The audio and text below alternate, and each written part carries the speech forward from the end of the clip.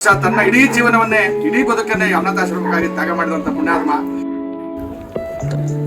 ಚನ್ನರಾಯಪಟ್ಟಣ ತಾಲೂಕಿನ ಆತ್ಮೀಯ ನಾಗರಿಕ ಬಂಧುಗಳೇ, ಈ ದಿವಸ ಮಾತೃಭೂಮಿ ವೃದ್ಧಾಶ್ರಮಕ್ಕೆ ನಾವು ಭೇಟಿ ಕೊಡ್ಲಿಕ್ಕೆ ಕಾರಣ ಏನಂದ್ರೆ, ಫೇಸ್ಬುಕ್ ವಾಟ್ಸಪ್ನಲ್ಲಿ ಒಂದು ವಿಷಯವನ್ನ ತಿಳಿದು ನಮಗೆಲ್ಲ ತುಂಬಾ ಬೇಸರ ಆಯ್ತು.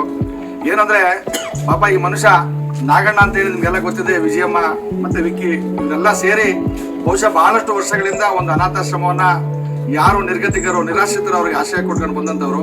ಬಹುಶಃ ಅಲ್ಲಿಂದ ಅಲ್ಲಿಗೆ ಸ್ಥಳವನ್ನ ಬಾಡಿಗೆ ರೂಪದಲ್ಲಿ ಕೊಟ್ಟಿದ್ರು ಕೂಡ ಭೂ ಮಾಲೀಕರು ಅವ್ರದೇ ಆದ ಉದ್ದೇಶಕ್ಕೆ ಬಳಸಬೇಕಾದ್ರೆ ಹೋಗೋದಿಲ್ಲ ಅಂತ ಹೇಳಕ್ಕಾಗದಲೇ ಅನಿವಾರ್ಯ ಕಾರಣಗಳಿಂದ ಜಾಗ ಚೇಂಜ್ ಮಾಡಬೇಕಾಗಿದೆ, ಸಹಕಾರ ಬೇಕಿದೆ ಅಂತ ಹೇಳಿದಾಗ ಖಂಡಿತ ಬಹಳಷ್ಟು ನೋವಾಗಿ ನಾವು ಕೂಡ ಸಣ್ಣ ಸಹಕಾರ ಮಾಡ್ಲಿಕ್ಕೆ ಇಲ್ಲಿ ಬಂದು, ನಾಗಣ್ಣ ಸರ್ವೆ ಡಿಪಾರ್ಟ್ಮೆಂಟ್ ನಲ್ಲಿ ಒಬ್ಬ ಸರ್ಕಾರಿ ನೌಕರ.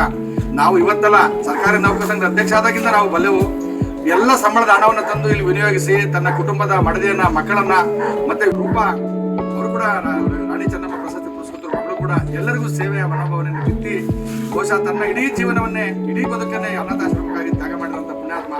ಖಂಡಿತವಾಗ್ಲೂ ನಾವು ಇವತ್ತು ತೋಟಿ ನಾಗಣ್ಣರು ನಮ್ಮ ಸಹಕಾರಿಗಳು ನಾವೆಲ್ಲ ಸೇರಿ ಇಲ್ಲಿ ಬಂದಿದ್ದೇವೆ. ಖಂಡಿತ ದೇವರು ಅವ್ರಿಗೆ ಒಳ್ಳೇದ್ ಮಾಡ್ಲಿ ಅಂತ ಹೇಳಿ ನಾವು ಭಗವಂತನಲ್ಲಿ ಒಂದು ಬೇಡಿಕೆ ಮಾಡ್ತೀವಿ. ಮತ್ತೆ ನಾನು ಈ ಕ್ಷೇತ್ರದ ಶಾಸಕರಲ್ಲಿ ಮತ್ತು ಜನಪ್ರತಿನಿಧಿಗಳ ಮನವಿ ಏನಂದ್ರೆ, ಮತ್ತು ಸಮಾಜ ಸೇವಕರಲ್ಲಿ ನಮ್ಮ ತಾಲೂಕಿನಲ್ಲಿ ಬಹಳಷ್ಟು ಉಳ್ಳ ಜನರು ಇದ್ದೀರಿ.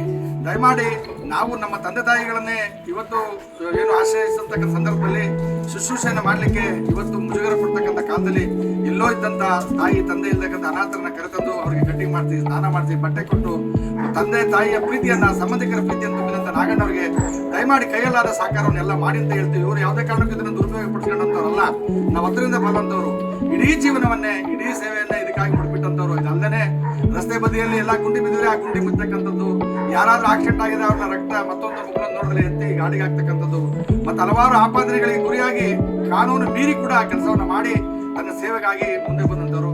ಭಗವಂತರು ಒಳ್ಳೇದ್ ಮಾಡಲಿ.